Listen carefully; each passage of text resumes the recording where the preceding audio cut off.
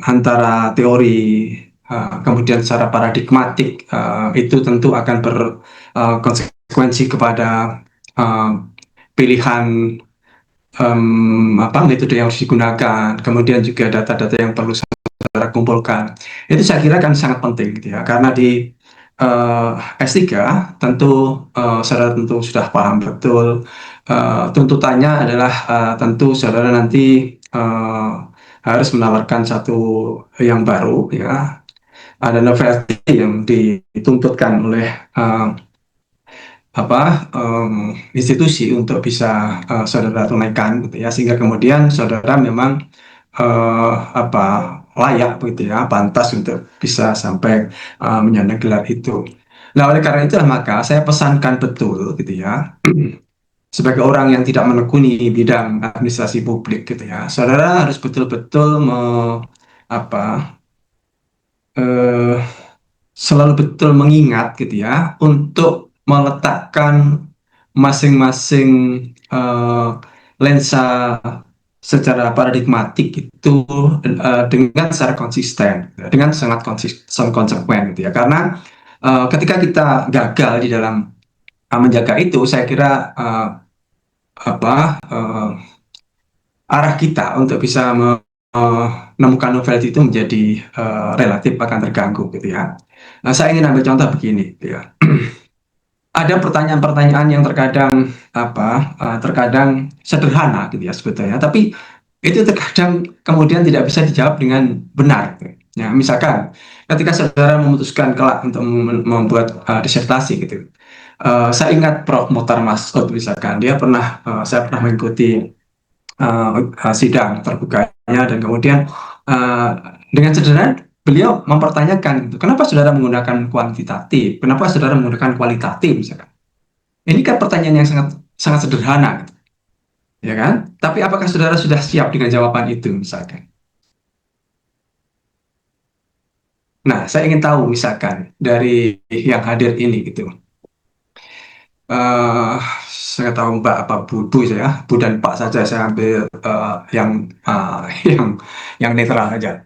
Bu Melati, Bu Melati Dama. Kalau saudara mau membuat disertasi menggunakan metode yang mana?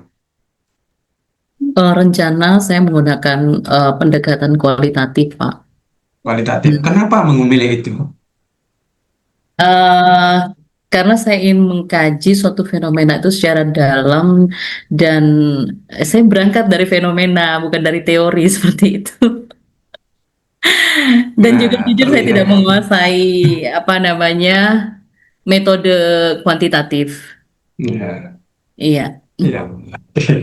Ya, itu yang saya pesankan gitu ya, bahwa ada hal-hal sederhana gitu ya, yang terkadang kita perlu betul-betul mengetahui jawabannya gitu ya, supaya kemudian eh iya masuk akal gitu ya, make sense gitu ya. Sebab kalau tadi yang bagian terakhir disebutkan saya tidak menguasai kuantitatif, itu bukan jawaban gitu ya. Ya, secara akademis ya. Jadi ya itu guyonan saja lah. Saya juga tidak tidak sangat saya tidak sangat paham dengan administrasi publik ya. Pak Pandu saya kira tahu gitu ya, karena beliau satu institusi dengan saya gitu. Uh, nah, jadi menurut saya memang ketika kita nanti memutuskan untuk membuat disertasi itu, kita memang harus betul-betul clear sedari awal, ya, aspek-aspek secara metodologis, hal-hal yang terkait dengan paradigmatik, hal-hal yang terkait dengan perspektif atau pendekatan yang akan kita pilih. Itu semuanya harus betul-betul konsisten ya, di ini gitu. Nah, sebab kalau tidak berbahaya betul gitu ya. Berbahaya betul gitu. Sebab misalkan kalau saya ingin menggambarkan ada satu pemetaan gitu ya. Ada 4 kuadran yang garis vertikalnya itu adalah garis ontologis gitu ya. Kemudian garis horizontalnya adalah epistemologis gitu ya. Nah, ini adalah sesuatu yang juga kalau saudara harus betul-betul perhatikan gitu ya, sebab uh, kita akan berbeda di dalam baik misalkan mencari data yang diperlukan ketika kita berada pada keyakinan bahwa secara ontologi apa yang kita amati itu adalah sesuatu yang sifatnya objektif dengan sesuatu yang sifatnya subjektif. Ya, yang secara epistemologi kemudian pengetahuan yang akan kita kembangkan, yang akan kita lahirkan nanti sifatnya adalah explaining dibandingkan dengan yang understanding. Ya, jadi itu berpengaruh kepada apa? Berpengaruh kepada data yang akan kita gunakan, rumusan masalah yang akan kita tawarkan, gitu ya. Nah, jadi itu yang pertama betul-betul saya ingin pesankan, sehingga kemudian tentu harapannya kelak saudara bisa melewati itu dengan dengan baik, gitu ya, dan relatif tidak ada kendala, gitu. Saya memang sempat vakum, gitu ya, di mengajar di S3 administrasi publik ini ya. Tapi ada beberapa bimbingan saya dulu, saya menjadi co-promotor dan sudah lulus ada sekitar 4 atau 5 orang. Saya lupa gitu ya, sudah agak lama gitu. Nah, hari ini saya akan menemani Anda semua ya untuk berdiskusi gitu ya, kemudian juga me- eh, mencoba untuk mengenali gitu ya persoalan-persoalan yang berkembang dalam konteks pengembangan kelembagaan dan governance gitu. Nah, saya tidak tahu persis apakah ini sudah di ini ya uh, dijelaskan gitu ya oleh Pak Suci atau Bu Belkis gitu ya, tentang beberapa aliran yang bisa kita manfaatkan untuk menjadi basis bagi kita manakala kelak Anda tertarik untuk memilih isu tentang kelembagaan, gitu ya. Saya tidak tahu ini sudah pernah dibahas belum. Kalau sudah dibahas, kita diskusi saja, gitu. Sudah belum? Ada historical institutionalism, ada sociological institutionalism, sudah belum?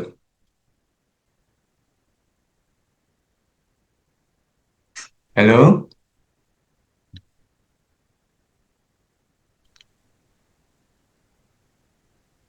Be- Belum, ya.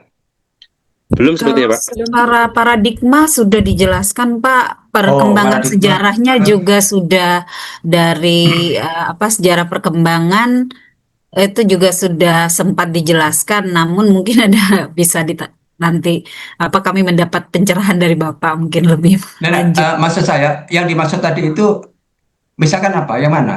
Apakah pembagian yang OPA, Ya, itu ada mulai NPM, OPS itu? sama ya betul betul Pak. Oh ya ya. Nah, ya itu saya kira agak berbeda dengan ini. Ini kan lebih spesifik pada kelembagaan, gitu ya.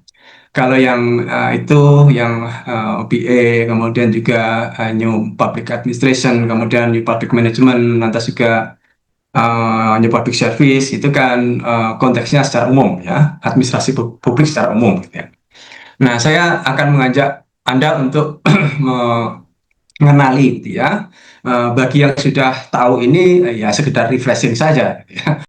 Saya yakin Anda semua kan akademisi gitu ya. Setahu saya gitu ya, Pak Bayu pernah saya tanya background apa yang saat ini sedang menempuh pendidikan doktor saat ini, apakah dari praktisi atau akademisi, gitu ya. Pak Bayu mengatakan dari akademisi, gitu ya. Jadi saya kira saya tentu kemudian harus masuk dengan cara yang berbeda, gitu ya. Sebab di beberapa waktu yang lalu kebanyakan yang berasal dari praktisi, gitu ya, birokrat segala macam seperti itu.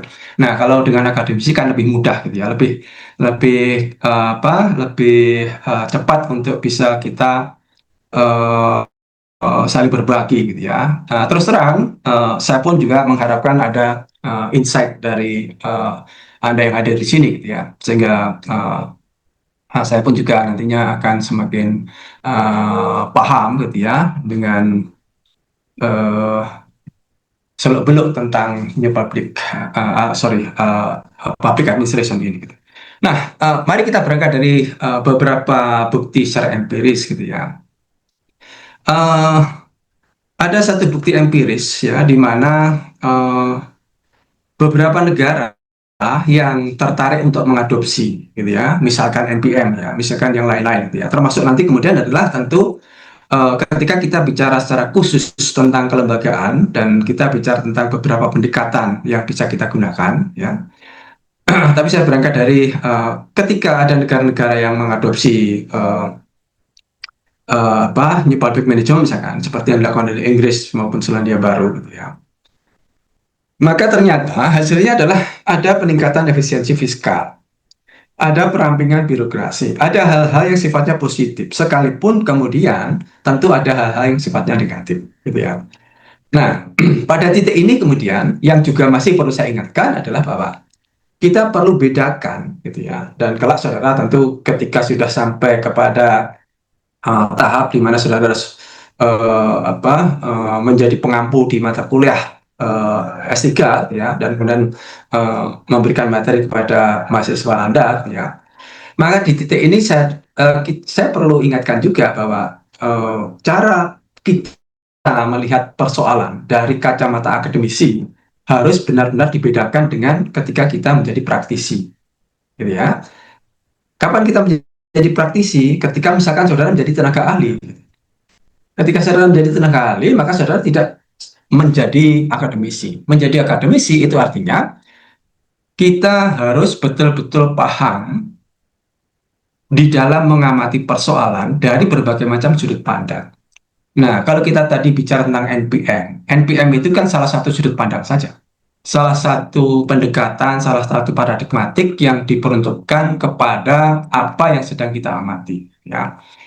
Nah, oleh karena itu, ya sebagai akademisi, maka melihat persoalan apapun isunya itu, ya kelembagaan, implementasi kebijakan publik, perumusan kebijakan publik, ekonomi politik segala macam, gitu ya. Maka semestinya sebagai akademisi kita memiliki bekal yang cukup di dalam menempatkan posisi kita mengamati persoalan-persoalan tersebut dari berbagai macam sudut pandang. Itu yang kemudian dikenal sebagai perspektif kan gitu. Nah, secara sederhana saya sering ibaratkan begini kepada mahasiswa saya di S1 gitu ya. Kalau saudara nantinya harus menjelaskan fenomena tertentu, menganalisisnya gitu, maka sebetulnya saudara berhak untuk bisa melihat persoalan tadi itu dari berbagai macam sudut pandang yang saudara pilih. Ya, saudara kalau misalkan fenomena itu diibaratkan sebagai gajah, maka gajah itu bisa saudara amati baik dari depannya, dari samping kirinya, samping kanannya, belakangnya, bahkan atasnya. Gitu. Dan mungkin juga kalau diberi ruang, saudara bisa melihat dari bawahnya. Nah, ini adalah cara kita untuk menganalogikan bahwa sebagai akademisi, kita memang perlu mendapatkan banyak bekal, banyak pengetahuan tentang perspektif-perspektif yang ditawarkan di dalam disiplin ilmu masing-masing. Semua disiplin ilmu itu memiliki perspektif yang dikembangkannya secara berbeda-beda. Nah, kalau misalkan di dalam administrasi publik ya, misalkan ada NPM, gitu ya, ada NPS, ada Old Public Administration, ada New Public Administration, misalkan, bahkan ada Sound Government, misalkan. Itu semua adalah sebetulnya sama seperti kalau kita mengamati gajah tadi dengan memilih salah satu posisi yang menurut kita memang paling tepat. Memang kemudian ada pilihan yang terkadang tidak mainstream. Ya, karena kalau kita melihat foto kita dari belakang itu kan nggak mainstream, tapi kan masih bisa sebetulnya, gitu kan? Nah, sehingga ketika saudara memilih menggunakan NPM, memilih menggunakan NPS, memilih menggunakan macam-macam ya secara umum untuk administrasi publik, itu adalah pilihan yang harus dijaga secara konsisten.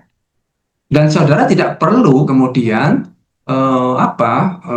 terbawa emosi lantas menjelaskan semuanya dari berbagai macam sudut pandang yang berbeda-beda. Karena itu akan mengacaukan pandangan saudara. Bagaimanapun kalau kita melihat gajah dari depan, yang paling menonjol nampak betul adalah bahwa belalainya panjang, segala macam seperti itu, yang dari depan. Dan itulah kontribusi kita dalam keilmuan. Itulah kontribusi kita dalam keilmuan. Maka ketika saudara nanti dituntut untuk menghasilkan novelty, Jangan berambisi bahwa novelty yang saudara tawarkan itu adalah sesuatu yang sangat luas lingkupnya. Tidak. Analisis yang bagus itu adalah analisis yang bukan meluas, tapi sempit dan mendalam. Ya, sebab apa? Kalau kita yang lakukan adalah uh, analisis secara meluas, saya sangat yakin, banyak orang yakin bahwa yang akan didapat gambarannya adalah sebatas permukaan saja. Ya, jadi sekali lagi jangan berkecil hati ketika saudara memutuskan untuk melihat persoalan dari depan, misalkan, maka biarlah saudara konsisten dengan itu dan jangan kemana-mana, gitu kan? Nah, sehingga sebetulnya dengan demikian cara pandang yang berbeda-beda tadi, yang kemudian saya analogikan sebagai NPM, NPS segala macam itu tadi, tidak ada yang paling benar dan juga tidak ada yang paling salah, gitu kan? Itu semua bergantung kepada apakah pilihan kita itu pilihan yang tepat ataukah tidak dalam melihat persoalan tertentu, gitu ya. Misalkan orang akan mengatakan bahwa old public administration itu kan pilihan kuno, pilihan jadul. Tapi tunggu dulu, old public administration yang bertumbuh kepada arti penting struktur birokrasi dan juga negara, sebetulnya dia masih sangat relevan, terutama ketika persoalan yang saudara hendak jelaskan itu menyangkut persoalan-persoalan yang sifatnya high politics. Ya, apa persoalan-persoalan high politics itu? Persoalan-persoalan yang dimaksud dengan high politics itu adalah persoalan-persoalan yang bersangkut paut dengan kelangsungan suatu negara, keamanan suatu negara, kedaulatan suatu negara. Saudara bisa bayangkan seandainya persoalan-persoalan dalam administrasi publik yang menyangkut pada persoalan-persoalan yang sangat penting tadi lantas diserahkan kepada rakyat, dan itu artinya kita menggunakan cara pandang new public service misalkan, atau dengan cara menswastakan dengan menggunakan NPM misalkan, ini bahaya tidak? Nah, oleh karena itu maka sebetulnya berangkat dari situ, kemudian kita akan bisa dengan mudah mengamati dan kemudian memutuskan apa sebetulnya yang hendak kita kembangkan, gitu ya. Mengingat bahwa mungkin secara faktual yang saudara amati itu adalah satu cara atau kebijakan yang tidak tepat. Misalkan pemerintah membuat kebijakan, dan kebijakan itu ternyata cenderung kepada cara pandang tertentu. Saudara bisa amati, oh kalau seperti itu sebenarnya tidak tepat. Ya, misalkan server KTP ada di luar negeri, tepat nggak itu misalkan? Atau kemudian KTP bisa dicetak oleh banyak institusi atau tepat nggak itu misalkan? Nah itu kan persoalan-persoalan yang sekali lagi kalau kita kembalikan kepada posisi kita dalam melihat persoalan, maka dengan begitu sebetulnya kesadaran kita akan masing-masing perspektif yang kita kuasai itu pada gilirannya akan membuat kita bisa menawarkan sesuatu yang jauh lebih baik mungkin, gitu ya. Nah itulah yang saudara perlu betul-betul kuasai, karena dengan demikian saudara nantinya kan harus membekali mahasiswa Anda untuk apa? Supaya mereka juga melakukan praktik yang dilakukan oleh akademisi seperti itu, sehingga kalau kita berdiskusi dengan orang lain, kemudian orang tadi itu kita ikuti dia melihat persoalan dari sudut kiri dari persoalan tadi, setelah dia kemudian tidak memiliki argumentasi lagi, kemudian dia bergeser ke sudut pandang yang lain, saudara akan tahu itu. Dan saudara kemudian bisa menyimpulkan apakah orang itu paham betul dengan yang dibicarakan atau tidak, kan begitu kira-kira. Nah, jadi itulah pentingnya betul-betul memahami berbagai macam lensa paradigmatik, pendekatan, apapun itu, gitu. Nah, inilah yang nanti tentu kita juga akan perlu bahas gitu, sebagai basis dari apa yang nanti akan saya bahas. Nah, sementara sebagai praktisi, kalau saudara menjadi tim ahli segala macam, kita memang harus memilih. Dan kemudian perspektif-perspektif tadi itu mungkin akan kita pilih salah satu dan kemudian akan mengkerangkai, gitu ya, apa yang akan kita tawarkan. Ya, dia menjadi pengetahuan, ya, pengetahuan yang kita gunakan untuk menjawab persoalan. Ingat, persoalan yang ada itu melahirkan kebijakan. Oleh karena itulah maka ketika ada persoalan yang salah identifikasinya, ketika kita menetapkan permasalahan yang bukan semestinya, maka besar kemungkinan kebijakan yang akan kita buat tadi juga salah, tidak akan tepat dan tidak akan berguna, gitu. Maka penting sekali mengidentifikasi hal semacam itu. Baik. Nah, itu bukti secara empiris, gitu ya. Kenapa kemudian kita memang perlu mendasarkan diri, gitu ya, pada pengetahuan, gitu ya, pada berbagai macam hasil pengetahuan yang diproduksi oleh masing-masing disiplin ilmu, ya, dan dalam hal ini adalah administrasi, gitu ya, kira-kira. Nah, jadi esensinya adalah bahwa ada dampak yang cukup signifikan, ya, ketika negara, ketika pemerintah daerah, gitu ya, mendasarkan berbagai macam kebijakannya itu pada apa yang sudah dihasilkan oleh disiplin ilmu tertentu, ya. Nah, termasuk di Indonesia, ya, implementasi SAKIP itu saya kira ya dia sekalipun dengan berbagai macam kelemahan yang masih ada, gitu ya, tapi tentu saja ada hal-hal yang kemudian terbangun secara positif, gitu ya. Sehingga kalaupun angkanya 91, angkanya 90 segala macam, gitu ya, mungkin ada bias di sana, ya, tapi tidak sepenuhnya bias itu terjadi, ya. Sehingga saya sangat meyakini bahwa metode itu sebetulnya juga diarahkan untuk memperbaiki, gitu ya, keadaan yang sedang terjadi. Nah, saudara sekalian, pada hari ini saya mengajak Anda untuk mengenali ini. Saya menemukan ada satu artikel, ya, dia bahas tentang beberapa aliran, ya, atau mungkin bisa dibilang mazhab, gitu ya. Nah, di dalam pengembangan kelembagaan, ya, dan kita tahu persis bahwa kelembagaan itu di sampingnya juga embedded apa yang kita kenal sebagai governance itu, ya.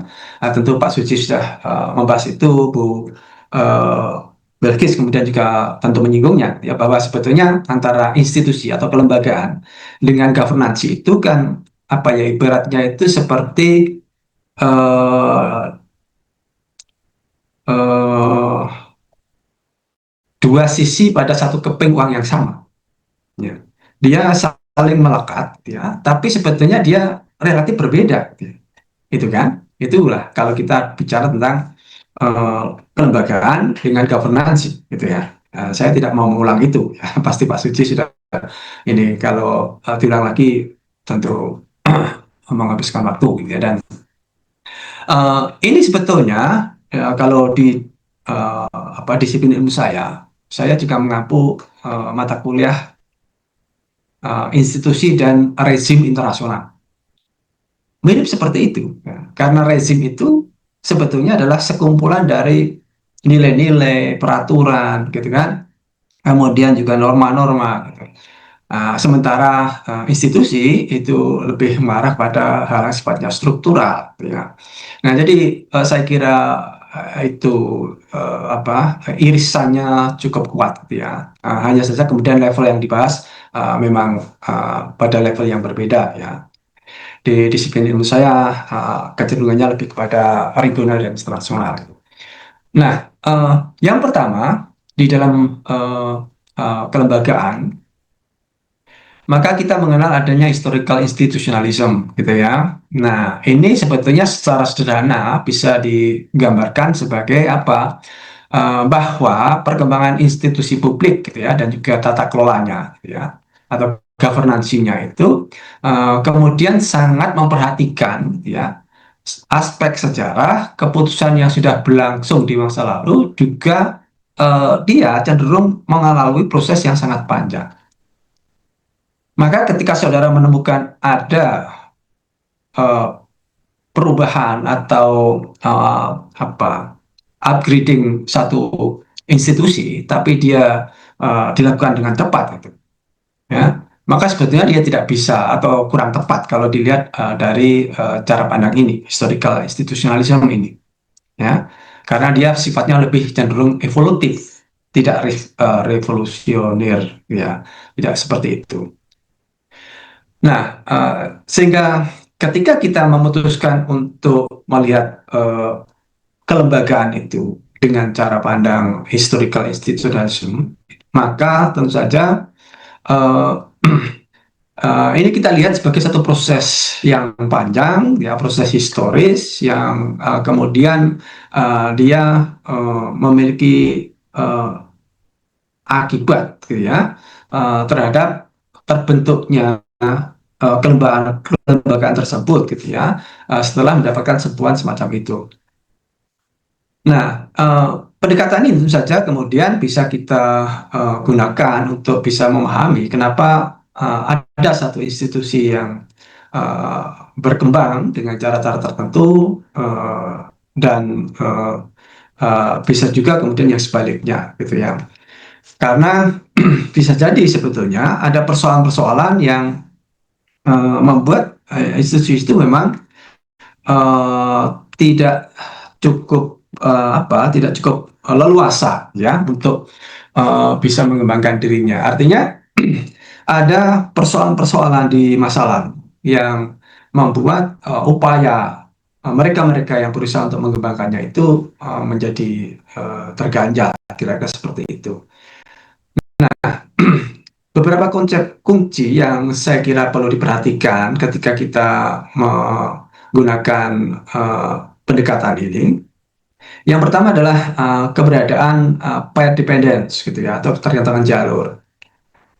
Nah, ini sebetulnya ditandai dengan apa?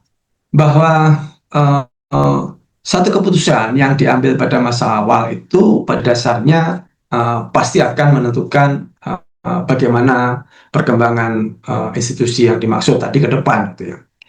Dan biasanya, ya, biasanya semakin lama suatu kebijakan berjalan, dia akan semakin sulit untuk diubah, gitu. Itulah yang tadi berjadikan kepada hal yang sifatnya evolutif, ya, tidak revolusioner, gitu ya. Sehingga kita bisa mengenali, misalkan di negara kita, gitu ya, sistem kelembagaan dari pusat, kemudian turun ke provinsi, lantas turun lagi ke pemerintah daerah, ya, kota, kemudian dan seterusnya, itu kan sebetulnya ini adalah warisan kolonial, ya kan? Nah, memang bahwa di antara lembaga-lembaga tadi ada yang sudah mulai tidak beroperasi, gitu ya. Sudah mulai dihapus, gitu ya. Akan tapi secara umum sebetulnya sistem birokrasi kita itu masih menggunakan sistem pada masa ketika dia diciptakan oleh praktek kolonialisme, gitu. Nah, inilah yang saya kira menjadi salah satu contoh, ya, yang penting, gitu ya, untuk bisa lebih memahami bagaimana kelembagaan itu ketika dia dilihat dari aspek historical institutionalism tadi, gitu ya. Jadi memperhatikan betul apa yang sedang terjadi zaman dahulu, gitu kan. Dan kemudian, ya, biasanya ketika terjadi perubahan yang besar, ya, itu semua akan bermula dari ada satu momentum yang penting, gitu ya, seperti reformasi Indonesia di 1998 itu, ya kan, bermula dari adanya krisis finansial, gitu kan, kemudian dia bergeser kepada krisis ekonomi, lantas dia berimbas kepada krisis kepercayaan, ya, krisis politik, ya, kemudian turunnya legitimasi, dan akhirnya ada perombakan besar, ya. Sekalipun kemudian, ya, kalau kita amati, ya, perombakan yang terjadi itu sebetulnya juga kalau dengan menggunakan cara pandang historical institutionalism itu tidak sepenuhnya bisa berhasil, ya. Nah, kalau kita menggunakan pendekatan ini, maka yang perlu kita perhatikan apa? Yang kita perhatikan adalah apa saja hal-hal yang masih tetap bertahan dan apa saja hal-hal yang kemudian bisa berubah, gitu. Faktanya adalah bahwa di banyak peluang yang semestinya mengarah kepada perbaikan kelembagaan gitu ya, yang terjadi tidak sebagaimana yang kita harapkan. Dan jawabannya terletak pada bahwa ketika terjadi perombakan besar itu, momentum yang sangat penting itu ternyata tidak diimbangi dengan kesiapan, gitu ya, mereka-mereka yang menggerakkan roda reformasi. Sehingga yang terjadi adalah sebetulnya itu masih orang-orang lama, hanya ada di botol yang baru, hanya ada di gerbong yang baru. Maka ketika gerbong tadi diisi oleh orang-orang lama, kita bisa bayangkan tidak akan banyak perubahan yang akan dilakukan. Itu kalau kita menggunakan cara pandang historical institutionalism, gitu ya, yang bertumbuh kepada aspek sejarah, gitu. Nah, sehingga sebetulnya tentu kita tidak hendak mengatakan bahwa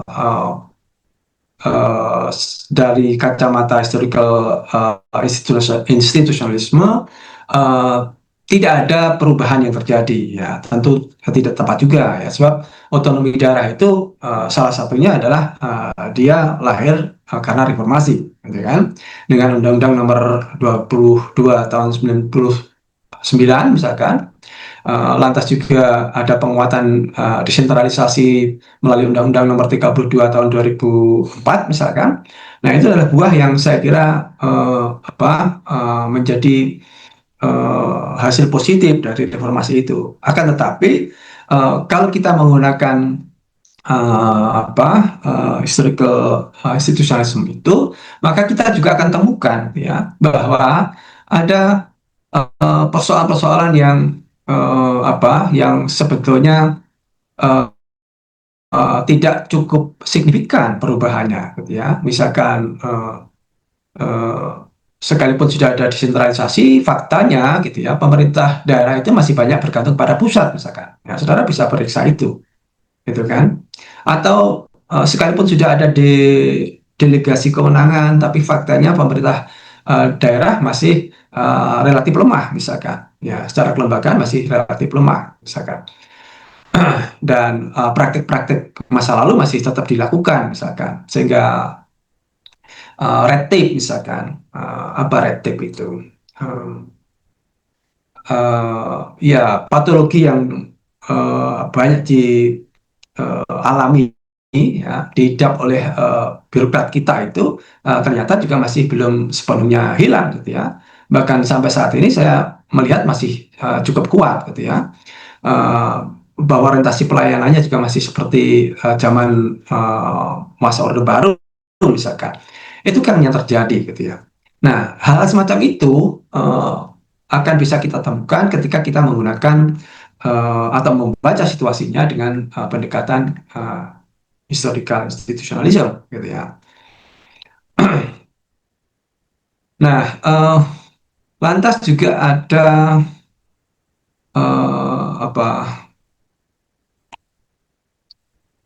aspek institutional persistence atau institutional continuity, gitu ya.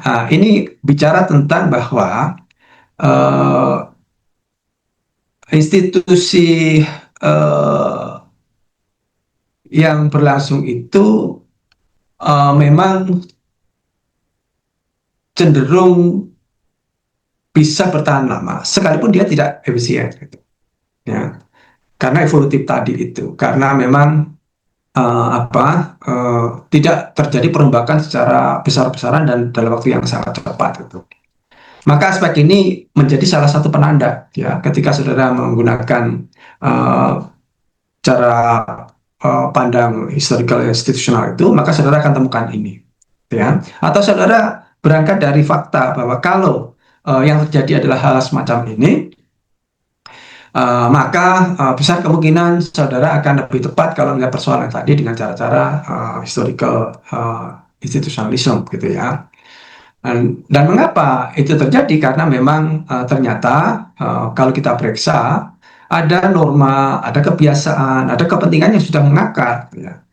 Kepentingan mengakar misalkan, ya kita tahu bahwa mereka-mereka yang berada di wilayah pemerintahan itu, gitu ya, dia tidak berada pada posisinya, dia tidak berada pada kepemilikan kewenangannya tanpa ada dukungan dari pihak lain. Maka kepentingan yang ada di dirinya itu sebetulnya tidak semata-mata, gitu ya, kepentingan yang nantinya bisa diabdikan kepada tugas yang dia emban. Tapi kepentingannya tadi lantas juga direcokin dengan kepentingan mereka-mereka yang menitipkan saham kepadanya. Itu persoalannya. Ya, dan ini sudah mengakar betul, gitu. Ya kan? Uh, sebab kalau kita perhatikan, gitu ya, mereka-mereka yang ada di lembaga perwakilan misalkan, ya, sebagai satu kelembagaan, gitu. Kalau saudara mendengar dia katakan bahwa saya akan berjuang mati-matian untuk rakyat, saya akan mendengar suara rakyat, itu omong kosong. Saya katakan itu omong kosong. Kenapa? Karena ketika dia ada di sana, yang dia dengar adalah partainya. Pernahkah saudara melihat, pernahkah saudara mendengar ada seseorang yang bisa menyuarakan hati nuraninya, menyuarakan konstituennya, gitu ya, yang suara itu sebetulnya berseberangan dengan kebijakan partainya? Ada nggak itu? Saya yakin tidak ada itu. Karena kalau dia berseberangan dengan partainya, pasti dia akan bermasalah, gitu kan. Nah, jadi itu yang saya katakan bahwa ada kepentingan, ya, yang secara historis tetap terjaga, ya, yang secara historis tetap menjadi simpul yang susah untuk diurai oleh mereka-mereka yang ada di lembaga-lembaga pemerintahan, gitu. Dan itu yang membuat mereka bisa bertahan cukup lama, mereka bisa mempertahankan institusi itu cukup lama, gitu, sekalipun tidak efisien, gitu. Ya. Nah, dan kemudian yang akan terjadi juga biasanya perubahan secara inkremental, bertahap, ya, tambal sulam, gitu ya. Ya, saya tidak menyalahkan, gitu ya, bahwa perubahan kelembagaan itu mungkin akan dilakukan secara tambal sulam, ya. Kalau kita bicara tentang lembaga yang mengurusi izin investasi misalkan, ya kan, itu kan juga tambal sulam, itu kan juga inkremental. Tidak dia melakukan perubahan secara drastis, ya, secara revolusioner, kemudian muncul lembaga yang baru yang lantas melakukan tata kelola yang relatif benar-benar baru. Itu kan nyaris tidak terjadi, ya, untuk lembaga yang mengurusi investasi kita, gitu ya. Nah, saya ingin mengatakan bahwa sebetulnya pada tahap-tahap tertentu perubahan secara inkremental itu memang diperlukan, ya. Kenapa dia diperlukan? Karena perubahan yang mendasar dan sangat drastis sifatnya itu sangat berbahaya. Itu bisa sangat berbahaya, ya, terutama dalam situasi di mana keamanan masih belum stabil. Ketika situasi keadaan ekonomi belum stabil, maka dia bisa memicu sesuatu yang sangat besar, gitu ya. Sehingga incremental change itu di dalam kelembagaan sebetulnya memang diperlukan, gitu ya. Jadi kalau saudara menemukan ada satu lembaga yang bergerak untuk mencoba untuk melakukan pengembangan, akan tetapi situasi yang dihadapinya adalah situasi yang memungkinkan terjadinya suasana yang chaotic misalkan, maka saran yang perlu saudara lakukan, yang saudara berikan adalah perubahan itu harusnya dilakukan dengan cara inkremental, tidak dengan cara yang sangat drastis, karena sangat berbahaya, ya. Sehingga sebagai praktisi, sebagai seorang tenaga ahli misalkan, saudara mengatakan itu, ya. Sebab secara teoritis dikatakan bahwa perubahan yang dilakukan secara drastis itu selalu saja dia akan mendapatkan respons, ya, yang sebanding dengan apa yang dia lakukan, perombakan yang sudah dilakukan. Perombakan besar-besaran, maka tentu saja responnya juga akan semakin masif. Nah, sehingga dalam situasi yang sangat kritikal semacam itu, pilihannya sebenarnya adalah memang praktek perubahan yang secara bertahap atau incremental change. Nah, saya yakin saudara tentu tahu tentang itu. Nah, sehingga dalam cara pandang historical institutionalism itu yang sering akan dilakukan memang praktek-praktek yang sifatnya incremental ini, gitu ya. Nah, jadi kalau kita hubungan lagi dari awal tadi, ya memang apa eh, praktek yang berlangsung itu dilakukan secara evolutif, gitu ya, secara tahap demi tahap, ya, tidak dengan cara-cara yang sangat drastis, gitu. Nah, ketika kita menggunakan historical institutionalism sebagai pendekatan, gitu ya, maka tentu saja dia memiliki peran institusi publik, gitu ya. Sebab ketika kita gunakan ini, kita akan terbantu, gitu ya, untuk mengetahui mengapa reformasi sering tidak berjalan secara optimal, gitu. Dan itu saja perhatian kita diarahkan kepada aspek historis, gitu ya. Sesuatu yang melingkupi dan menjadi basis dari perubahan yang sedang berlangsung tadi itu, ya. Nah, kemudian juga mengapa kebijakan berbeda antara satu negara dengan negara lain, gitu ya. Sebab secara historis, ya, semua negara itu memiliki social background yang beda, kemudian juga political background yang berbeda, gitu ya. Nah, itulah yang menurut historical institutionalism membuat yang berlangsung di satu negara itu selalu berbeda-beda. Nah, belajar dari pendekatan ini, maka kemudian saudara harusnya juga terinspirasi dalam hal apa? Dalam hal bahwa saudara sebetulnya memiliki peluang yang sangat besar untuk bisa menghasilkan novelty. Kenapa seperti itu? Kita tahu novelty itu kan salah satunya memang kita harus tawarkan teori baru atau kita memperbaiki teori yang ada atau apapun itu, gitu kan? Nah, padahal kita tahu negara kita bahkan di sini sebagai akademisi adalah konsumen dari teori-teori yang dikembangkan di Barat. Sementara teori-teori tadi tentu saja dia tidak hadir, dia tidak tercipta dari ruang hampa, ya kan? Dia memiliki basis, gitu kan?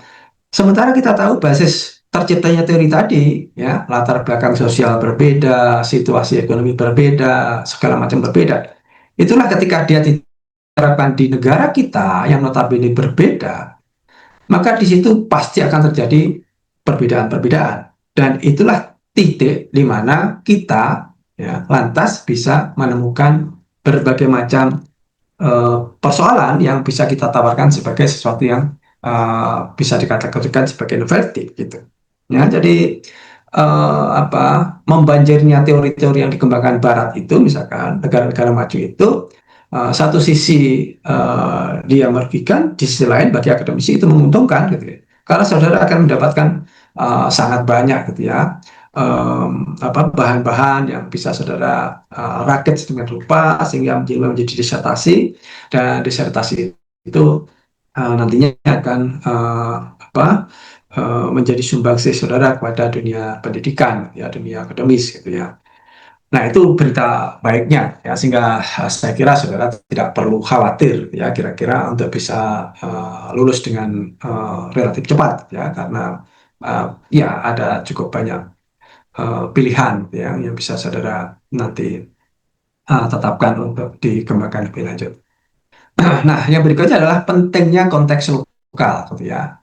Ini selaras dengan bahwa antara negara itu selalu memiliki perbedaan-perbedaan, gitu ya. Maka historical institutionalism lantas memiliki peran penting, gitu ya, di dalam membantu kita menjelaskan, gitu ya, kenapa ada kelembagaan yang tidak sepenuhnya bisa diterapkan di negara yang berbeda, di tempat yang berbeda bahkan, gitu ya. Kalau kita menggambarkan lokalitas itu sebagai sesuatu yang jenjangnya mungkin bervariasi, gitu ya. Ada yang internasional, ada regional, ada nasional, gitu ya. Sehingga di sini setidaknya kita kemudian memiliki kisaran semacam itu. Nah, mari saya beri contoh, misalkan ketika bahwa gagasan yang kemudian menjelma menjadi teori itu ketika diterapkan di tempat lain, terkadang dia memang memerlukan penyesuaian-penyesuaian, ya. Terkadang dia memang sangat berbeda, gitu ya, hasilnya, gitu. Contohnya apa ya, eh, em, kalau kita mencoba untuk memahami teori developmental state misalkan. Nah, developmental state itu kan sebetulnya teori yang berusaha untuk menjelaskan kepada kita bahwa suatu negara itu akan bisa mencapai berbagai macam kemajuan di segala bidang manakala negara tersebut, dalam hal ini tentu adalah pemerintah negara tersebut, bisa secara tepat gitu ya merumuskan sinergi yang terjalin antara pemerintah, birokrasi, dan pihak swasta. Nah, ini kan satu gambaran yang ideal, gitu ya. Satu gambaran yang ideal. Yang ketika kita terapkan di negara-negara berbeda, mungkin hasilnya akan berbeda. Ya. Developmental state itu ketika diterapkan di negara-negara Asia Timur, itu sangat berbeda dengan ketika diterapkan di negara-negara Asia Tenggara, termasuk Indonesia. Gitu ya. Kenapa? Ya, banyak penjelasan tentang itu. Kalau kita lihat dari historical institutionalism, gitu ya, maka kita akan bisa sampai pada penjelasan bahwa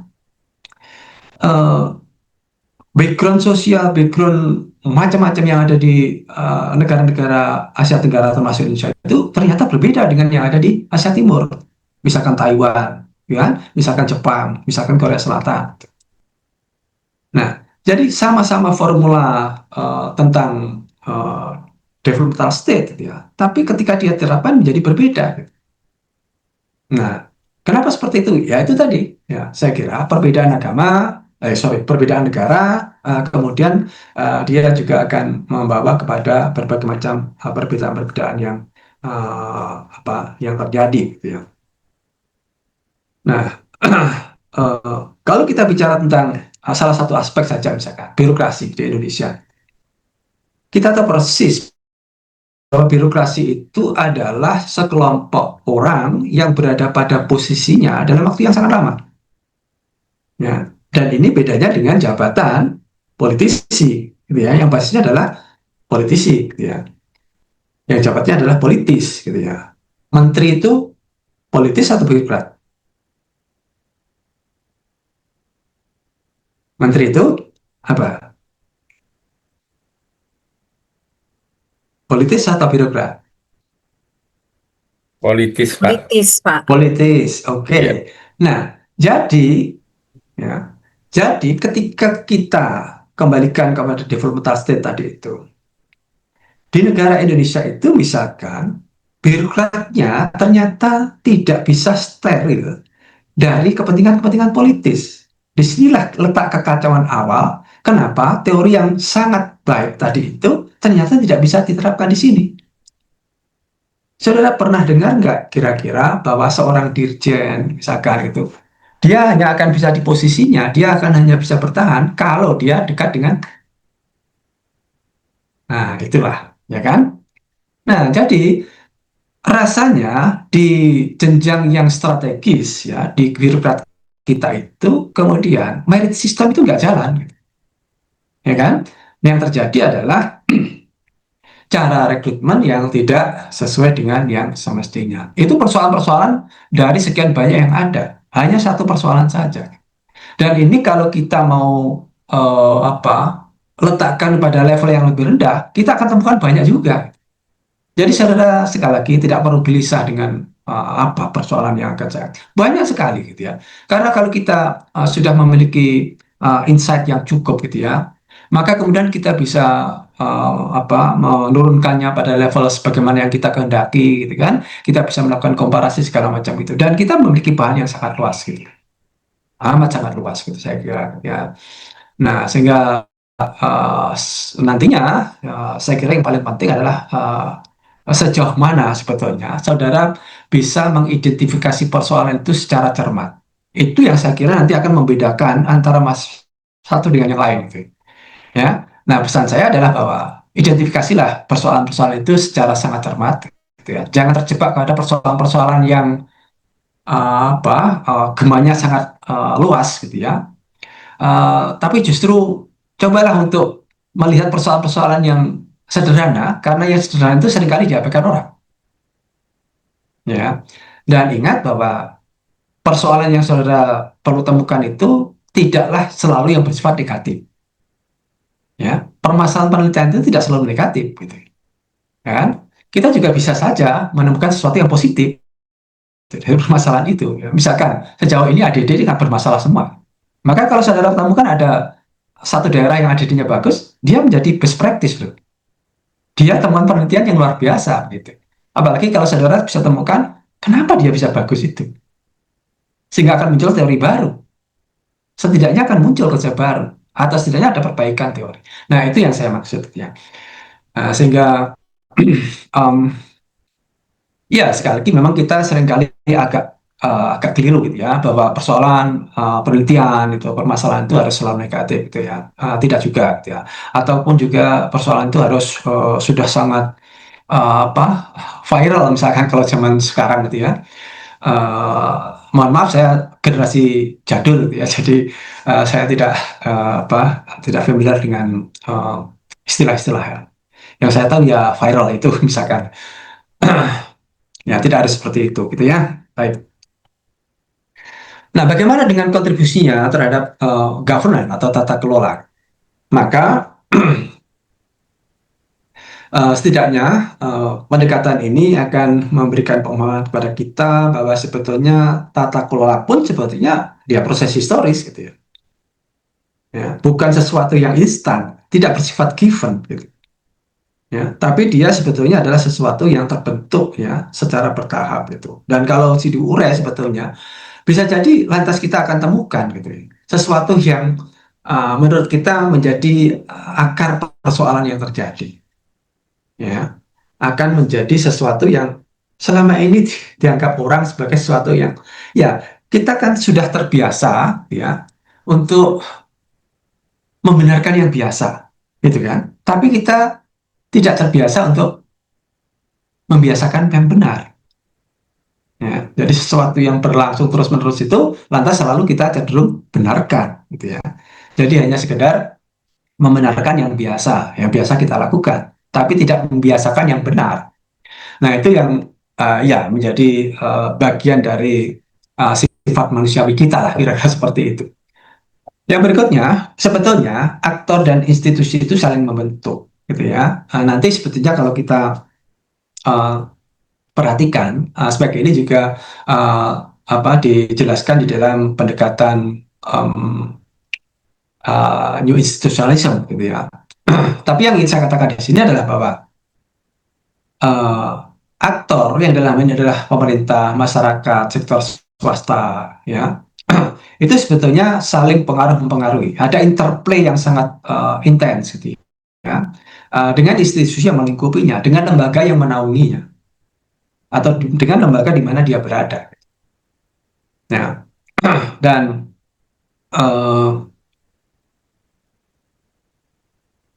oleh karena itu, maka dalam berbagai macam perubahan yang akan dilakukan di dalam tata kelola itu, ya, struktur lama tidak bisa kita abaikan, gitu ya. Kenapa? Karena dia akan memberikan pengaruh, gitu. Termasuk budaya birokrasi harus kita perhatikan. Kepentingan yang sudah mapan juga kita perhatikan, gitu ya. Sebab mereka-mereka cenderung ada yang berusaha untuk mempertahankan status quo. Ya, mereka-mereka yang sudah memiliki keuntungan dari apa yang sudah tercipta itu, dari tata kelola yang sudah berlangsung itu, maka dia biasanya akan berusaha untuk mempertahankan kemapanannya, gitu kan. Nah, ini akan kita temukan kalau kita gunakan historical institutionalism, gitu ya. Karena kita akan lihat, ya, masa lalu dari berlangsungnya tata kelola tersebut, gitu ya. Bagaimana dia berproses, gitu. Ya.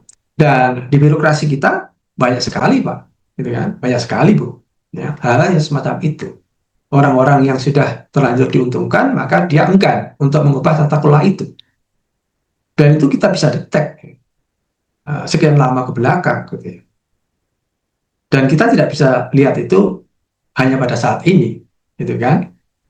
Sebab adalah salah untuk membangun kesimpulan, gitu ya, kalau kita tidak memiliki data yang cukup akurat dan cukup kuat, gitu. Dan data itu tersedia ketika kita memperhatikan bagaimana tata kelola itu dilaksanakan gitu ya, dalam waktu yang cukup lama.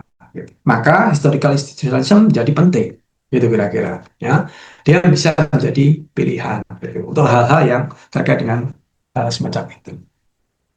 Baik, itu yang pertama. Kemudian yang berikutnya adalah sociological institutionalism.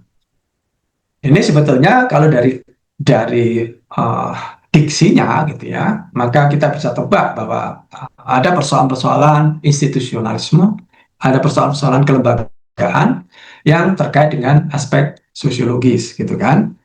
Nah, sehingga sebagai akademisi, sama-sama sebagai akademisi sebetulnya ya kita secara cepat ya bisa menangkap gitu ya bahwa uh, masalah kelembagaan di sini sebetulnya kemudian akan coba untuk dijelaskan, dianalisis ya, dengan menghubungkannya dengan nilai-nilai, norma, budaya, sosial segala macam yang ada di masyarakat gitu.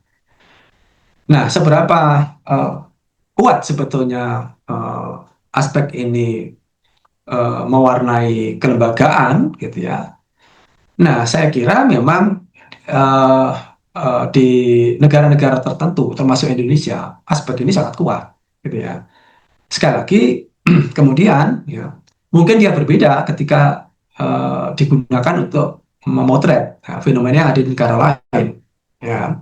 Tapi kalau di negara kita ini cukup kuat, gitu ya. Nah,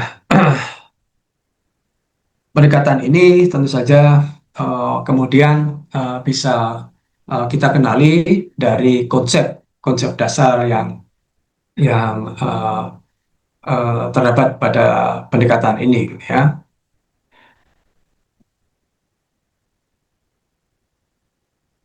Nah, di sini sebetulnya aktor itu diyakini dari kacamata ini, diyakini dia tidak bertindak berdasarkan pada semata-mata kalkulasi efisiensi, tapi lebih kepada apa yang dianggap pantas, ya, secara sosial, gitu ya. Nah, jadi kalau ada yang tidak sepakat dengan pendekatan ini, tentu saja kemudian dia men-challenge ya, tidak, ya. Nggak seperti itu kan begitu ya. Tapi ada juga yang meyakini satu lembaga yang bisa dilihat dari lensa kacamata ini. Jadi sah-sah saja. Ini kan bicara tentang pilihan, bicara tentang standing position, ya. Jadi tidak ada yang paling benar, tidak ada yang paling salah, ya. Kita tinggal akan mendasarkannya untuk membangun argumentasi berdasarkan pada posisi yang kita pilih. Nah, jadi yang pertama adalah kepantasan itu tentu saja didasarkan kepada norma sosial dan identitas gitu. Sehingga yang akan mendasari dari apa yang akan diambil ya oleh seseorang yang dalam hal ini merupakan aktor, ya, dia akan mempertanyakan apa yang seharusnya saya lakukan ya dalam situasi ini, bukan apa yang paling efisien, apa yang ya, maka dia memang berbeda dengan pendekatan ekonomi atau rasional gitu ya. Sebab kalau rational choice gitu ya, dia mendasarkannya tentu pada cost and benefit, untung dan rugi gitu, ya, sesimpel itu gitu kan. Sehingga kalau ada kelembagaan yang perlu dirombak, kalau ada tata kelola yang perlu dikembangkan gitu, maka dia akan berhitungnya kalau dengan pendekatan ekonomi dan pendekatan rasional ya, sebab rational choice itu kan basisnya memang teori ekonomi gitu. Dia akan kalkulasi berdasarkan pada seberapa keuntungan yang akan bisa didapat dan seberapa besar pula kerugian yang mungkin berpotensi akan dia dapatkan. Itu kalau dalam kalkulasi rasional. Akan tetapi dalam konteks sociological institutionalism gitu, tidak itu yang menjadi dasar, tapi apa sebetulnya yang paling tepat, gitu ya, yang paling pantas dilakukan dalam situasi tertentu. Ya, kalkulasinya beda, gitu ya. Sehingga yang diperhatikan beda. Maka data yang diperlukan untuk menjadi penguat argumentasi itu juga akan diambil secara berbeda, gitu kan. Nah, itu konsekuensinya, gitu ya. Nah, bagi konsep ini, konsep sociological institutionalist, institusionalisme, maka institusi itu adalah hasil dari konstruksi sosial. Maka kalau Bapak Ibu sekalian familiar dengan pendekatan konstruktivisme, ya konstruktivisme, saya kira konsep dasar sosiological institutionalism itu sangat erat kaitannya dengan konstruktivisme yang meyakini bahwa social reality itu sebetulnya socially constructed. Dia dikonstruksikan secara sosial. Lembaga pada dasarnya adalah konstruksi sosial. Dia dikonstruksikan secara sosial. Ya, tidak bersifat given, tidak tiba-tiba ada begitu saja. Tapi ada proses yang membentuknya. Dan yang membentuknya tadi ya, berangkat dari berbagai macam aspek, ya, yaitu bicara tentang nilai, norma, budaya, makna sosial. Inilah sebetulnya yang menjadi basis terciptanya institusi. Inilah sebetulnya dasar dari pengembangan governansi atau tata kelola. Gitu. Nah, ya, jadi berbeda dengan sekali lagi, gitu ya, pendekatan rasional, gitu ya, ataupun juga dengan historical institutionalism, gitu. Karena dia tidak mempermasalahkan lingkup sosial yang ada di kelembagaan tadi, gitu ya. Nah, jadi tentu saja kemudian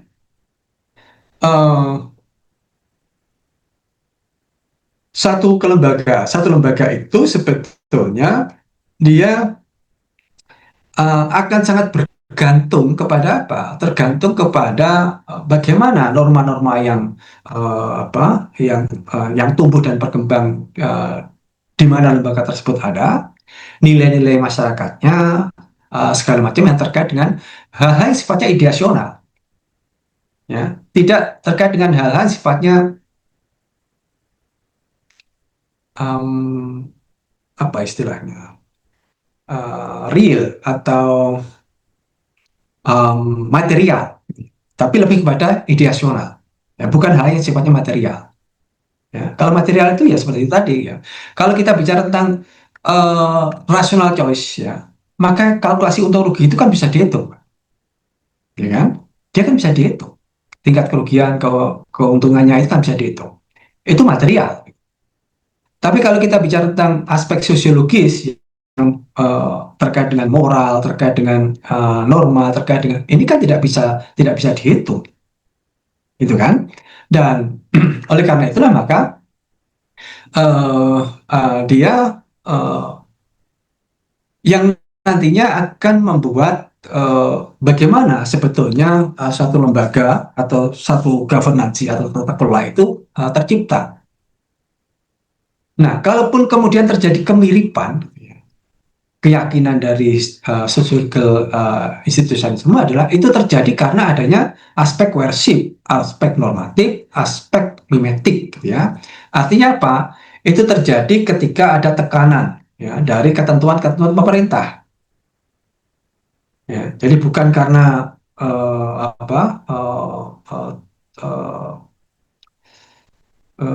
karena kemauan dari masyarakat yang atau pihak-pihak yang membangun lembaga tadi, gitu. Tapi itu lebih karena adanya tekanan yang berasal dari regulasi pemerintah misalkan, atau ketentuan-ketentuan yang sudah menjadi hukum positif di suatu negara. Dialah yang menggiring sehingga kemudian kelembagaan itu menjadi mirip, gitu kira-kira. Nah, selanjutnya juga ada standar profesional, gitu ya, yang bisa saja membimbing satu lembaga itu kemudian menjadi relatif mirip, gitu ya. Sebab saya kira di setiap kelembagaan itu kan kemudian juga dikembangkan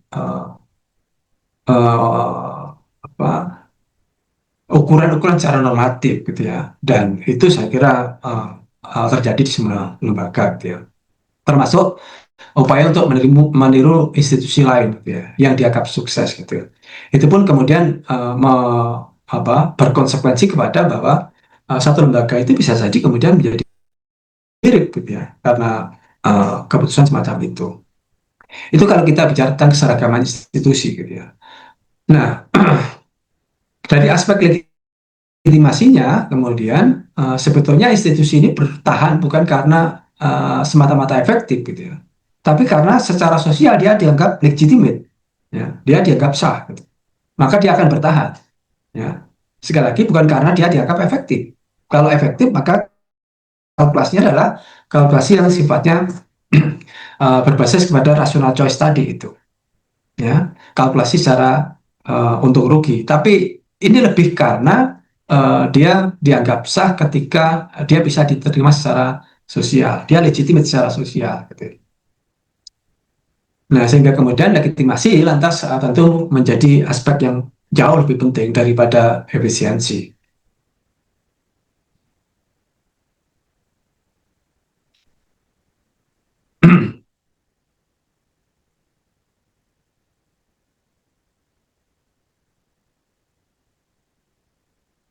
Nah, bagaimana kemudian peran dari pendekatan ini pada pengembangan institusi publik? Ya, setidaknya pendekatan ini atau aliran ini akan membantu kita bisa mengetahui mengapa banyak reformasi yang sifatnya simbolik, gitu ya. Uh,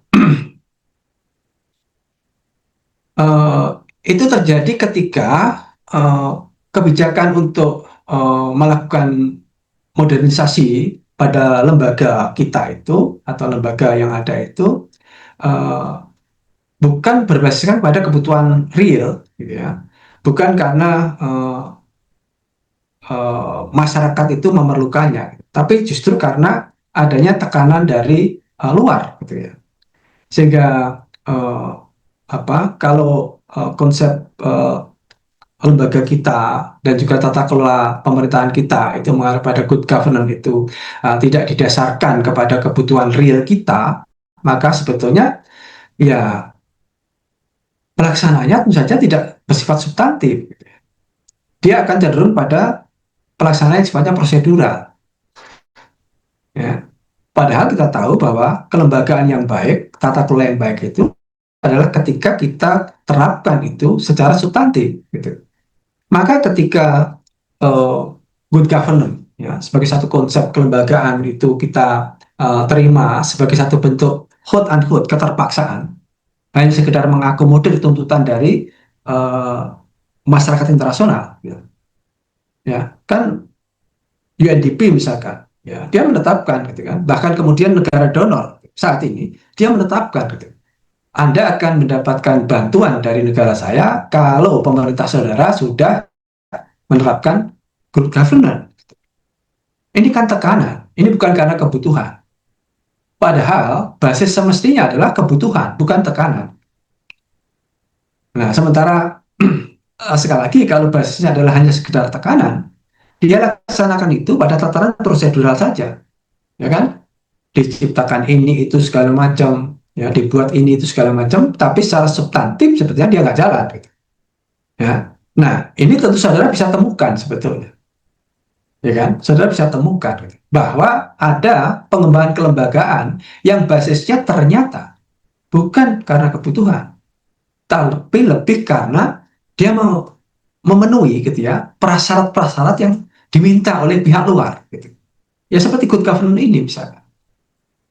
Lembaga donor biasanya, ya, dari negara-negara yang sudah maju, yang sudah mapan, gitu, dia mensyaratkan itu, ya, termasuk misalkan ketika kita bicara tentang uh, tata kelola uh, bantuan pemerintah kepada rakyatnya, ya, melalui skema subsidi, proteksi segala macam, ya.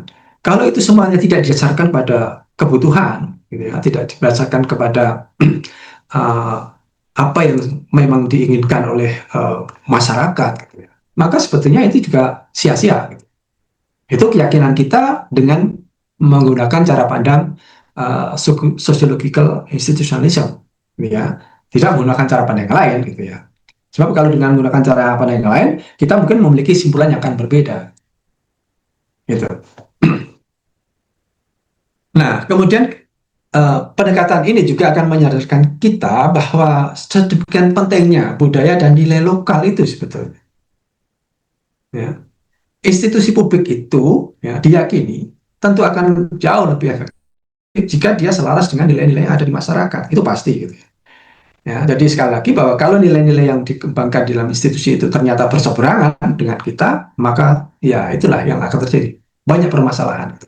Maka ketika misalkan IMF ya, dia memberikan bantuan pendampingan kepada Indonesia ketika Indonesia masih menjadi anggota IMF, kan ya, selepas krisis 1998 itu, resep yang diberikan IMF kepada Indonesia itu adalah resep yang dikembangkan ala negara maju, yang sangat kuat pengaruh neolibnya. Sementara Indonesia tidak mengenal nilai-nilai semacam itu. Kita adalah negara yang mengembangkan ekonomi Pancasila, misalkan gitu kan, gotong royong, negara memiliki tanggung jawab besar kepada rakyat, ya gitu. Tiba-tiba kemudian diberi resep, ya, yang sebetulnya resep itu tidak selaras dengan nilai-nilai masyarakat, gitu.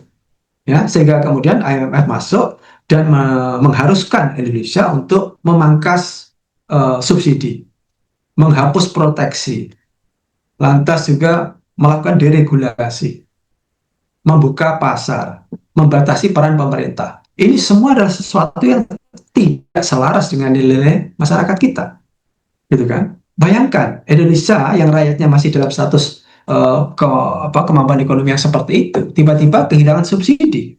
Bayangkan yang terjadi, gitu kan? Ini berbeda, gitu ya. Nah, dalam benak IMF gitu ya, sebagai entitas yang kemudian melakukan pemaksaan terhadap konsep untuk diberlakukan di Indonesia tadi, pemberian proteksi, pemberian subsidi secara berlebihan itu memang akan membuat pelaku bisnis di Indonesia itu menjadi infant industries, gitu kan? Dia hanya akan sekedar membentuk lembaga ekonomi yang sifatnya infant saja, bayi terus-menerus, karena dia harus disuapin, dia harus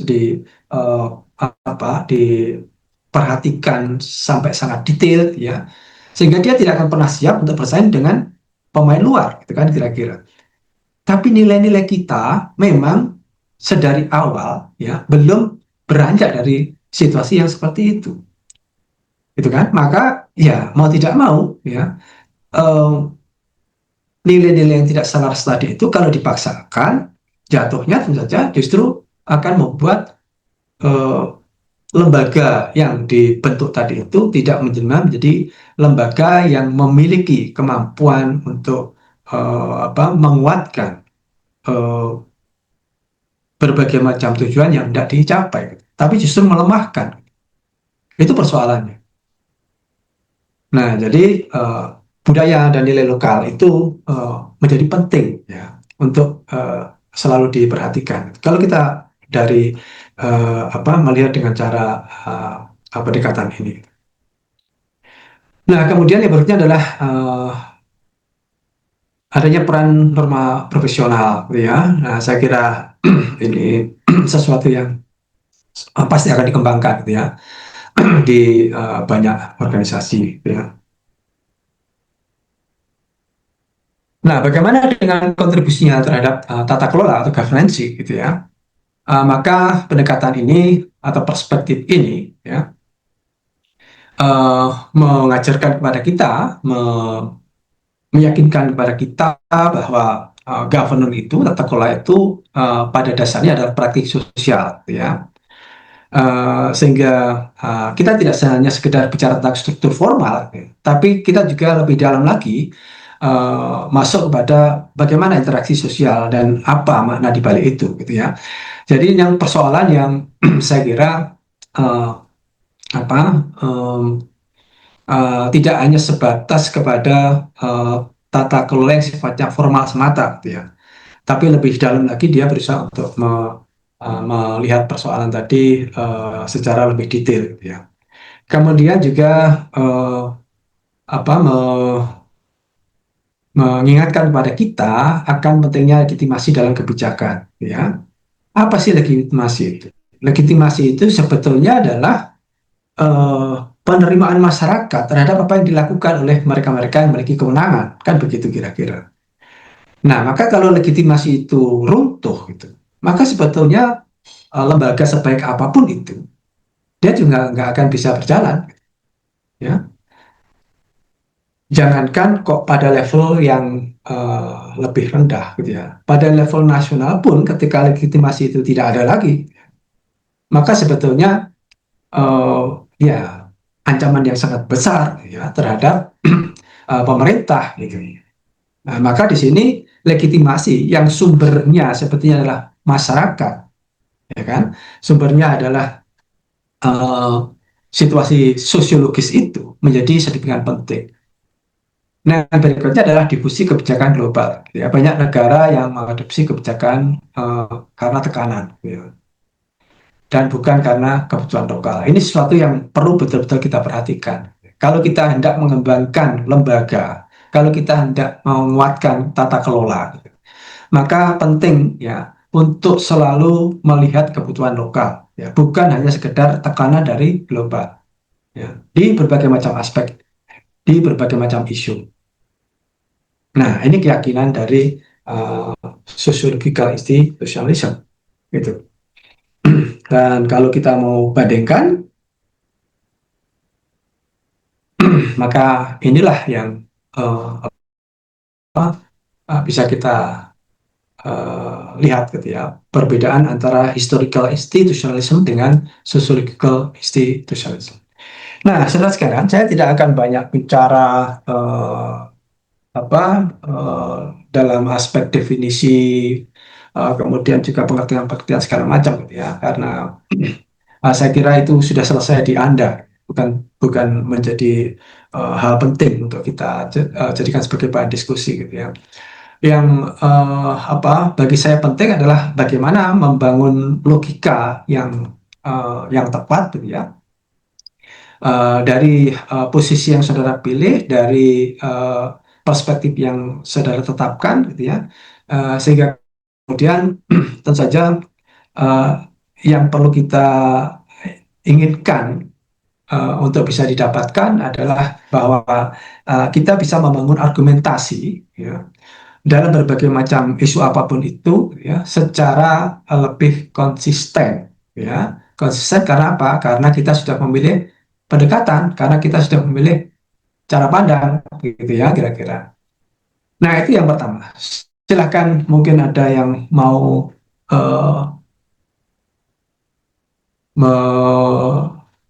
melontarkan ide untuk diskusi, silakan. Dan saya tidak akan ini ya banyak banyak menyampaikan materi gitu ya. Nanti di dua pertemuan berikutnya saya mengundang saudara untuk berdiskusi gitu ya.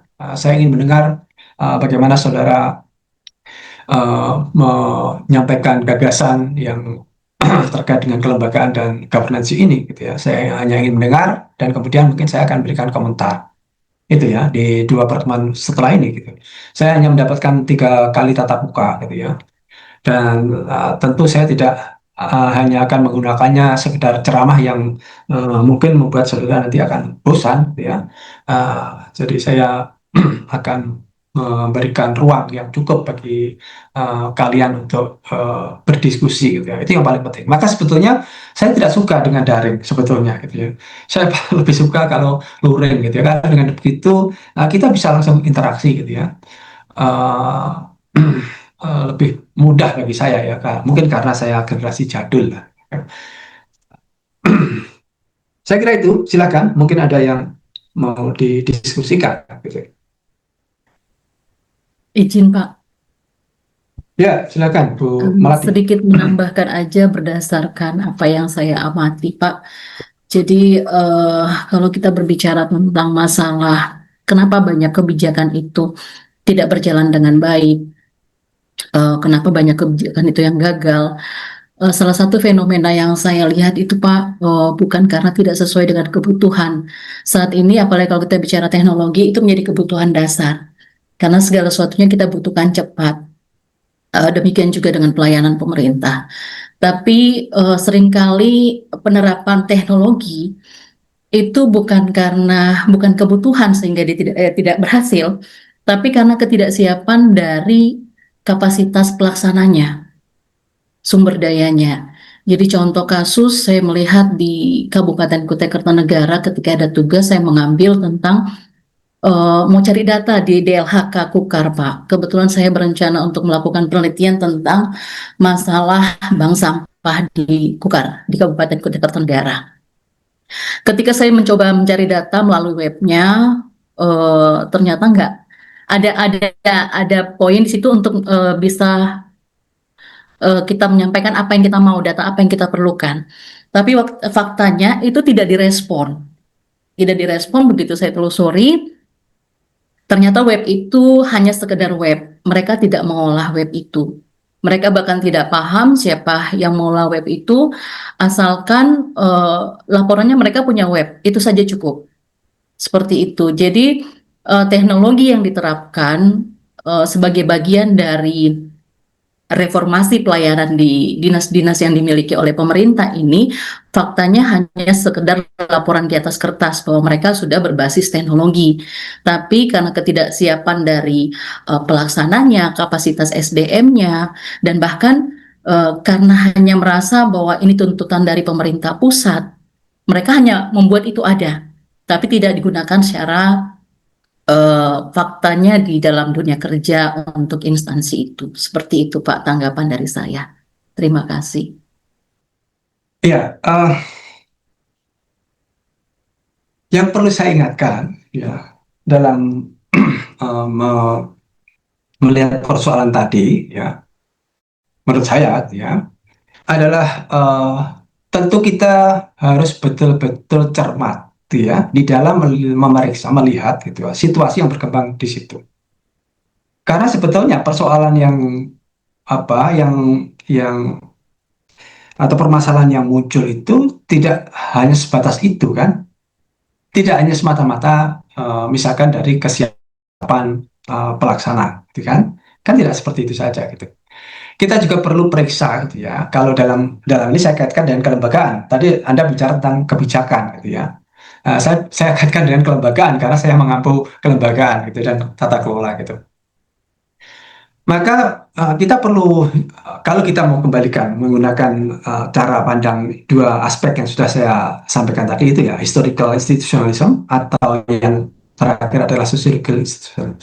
Nah, secara sosiologis kemudian saya kira kita juga perlu periksa gitu ya, apakah sebetulnya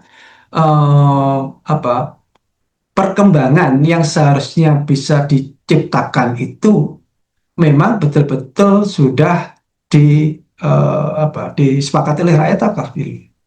Bagaimana sikap masyarakat sebetulnya gitu. Karena begini, kalau saya mencoba untuk masuk kepada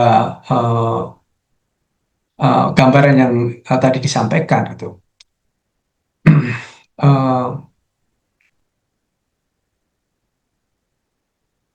Agile government itu sebetulnya perlu saat ini dilakukan apa enggak sih? Itu kan tidak semata-mata karena dia dituntut, tidak semata-mata dia harus diadopsi oleh pelaksana kebijakan, toh. Tapi kita juga harus hubungan dengan masyarakat siapa apakah belum, ya kan? Sebab kalau masyarakatnya memang masih buta teknologi, masih belum, kan itu nggak bisa jalan juga.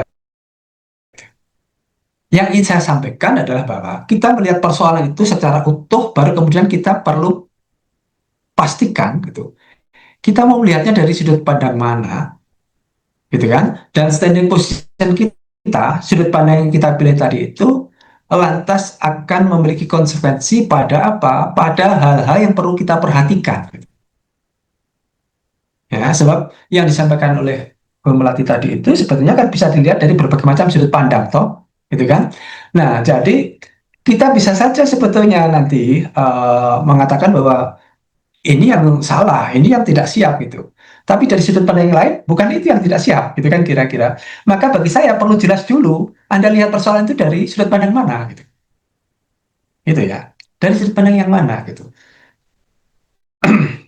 Dari situ maka kemudian ya, pemimpin kalau saudara atau promotor saudara pasti akan mengingatkan, loh, Anda melihat dari sini, jangan perhatikan yang itu, kira-kira seperti itu kan. Ini loh yang lebih penting, ini yang lebih penting, gitu. Ya, sehingga eh, teman diskusi saudara, bisa co-promotor, bisa promotor saudara, atau teman saudara, semestinya memang kemudian perlu masuk kepada sudut pandang saudara. Gitu. Nah, dalam hal ini saya tidak paham saudara sedang melihat persoalan itu dari sudut pandang mana. Gitu. Nah, itu kan jadi penting, gitu kan. Yang bisa saya lakukan adalah sekedar menebak-nebak, gitu kan. Tapi kalau saudara apa mau menuangkannya secara akademis gitu, maka tentu saja standing position itu jadi perlu untuk dipertegas, gitu ya. Saya tidak mengatakan bahwa apa eh, pendapat saudara tadi salah, tidak, gitu ya. Tapi yang saya ingin ingatkan adalah bahwa kita perlu menempatkan posisi itu di mana dulu, gitu. Baru kemudian saya bisa mengikuti, oh kalau begitu iya, gitu. Ini persoalannya berada di tangan itu, terletak di eh, aspek itu, gitu. Jangan-jangan sepertinya saudara sedang melihat persoalan itu dari sudut pandang yang berbeda, lantas yang disampaikan tadi sebetulnya adalah sesuatu yang tentu berbeda pula. Gitu. Itu saja sebetulnya, gitu. Nah, jadi saya kira yang perlu dilakukan adalah sekali lagi mencermati persoalan tadi itu secara lebih detail, ya, sampai kemudian terdapat gambaran yang apa, yang uh, yang warnanya lebih kuat, gitu ya. Baru kemudian kita nanti bisa masuk untuk menentukan pada posisi mana saya akan melihat persoalan tadi, gitu. Sebab sekali kita memutuskan posisi kita, ya kan, pada saat itu kita harus konsisten dengan apa yang menjadi pemikiran, keyakinan dari mereka yang menciptakan posisi tadi, gitu kan. Sama seperti pendekatan tadi. Kalau saudara sudah menempatkan diri kepada historical institutionalisme misalkan, maka keyakinan dari pendekatan itu akan harus saudara gunakan untuk mengkerangkai cara pandang saudara terhadap persoalan yang ada, gitu kan. Tidak boleh lagi kemana-mana, gitu kan. Jadi suka nggak suka, setuju nggak setuju, ya saudara harus pakai itu, misalkan kan seperti itu. Sebagai basis untuk pengembangannya, ya, untuk melakukan kritiknya, untuk menemukan persoalan-persoalannya, kan itu ya. Sebab mereka misalkan kalau historical institutionalisme tadi itu, yakin ada persoalan-persoalan masa lalu, gitu, ya kan? Nah ini kan bisa saja terjadi, gitu ya, dalam kasus yang saudara sampaikan tadi itu. Atau sosiologi sosial institusionalisme misalkan, dia menetapkan aspek-aspek tertentu yang harus diperhatikan, gitu. Nah, dari situ maka kemudian kita bisa mengambil poin-poin penting dari apa yang sedang terjadi, gitu ya. Dan dari situ pula saudara nantinya tentu akan bisa menawarkan sesuatu yang menurut saudara menjadi pintu masuk bagi perbaikan-perbaikan yang ada di kelembagaan, secara kelembagaan maupun tata kelola dari isu yang saudara temukan tersebut. Itu. Ya, jadi pada intinya adalah bahwa kita memang harus betul-betul apa menyadari bahwa melihat persoalan itu memang harus dari satu sudut pandang yang jelas. Jangan berpindah-pindah, kira-kira seperti itu. Ya, jangan berubah-ubah. Gitu. Kalau mau melihat gajah dari depan, ya lakukan dari depan. Jangan kemudian bergeser ke samping kanan kiri atau ke atas, ya. Jangan, gitu. Sebab nanti gantengnya.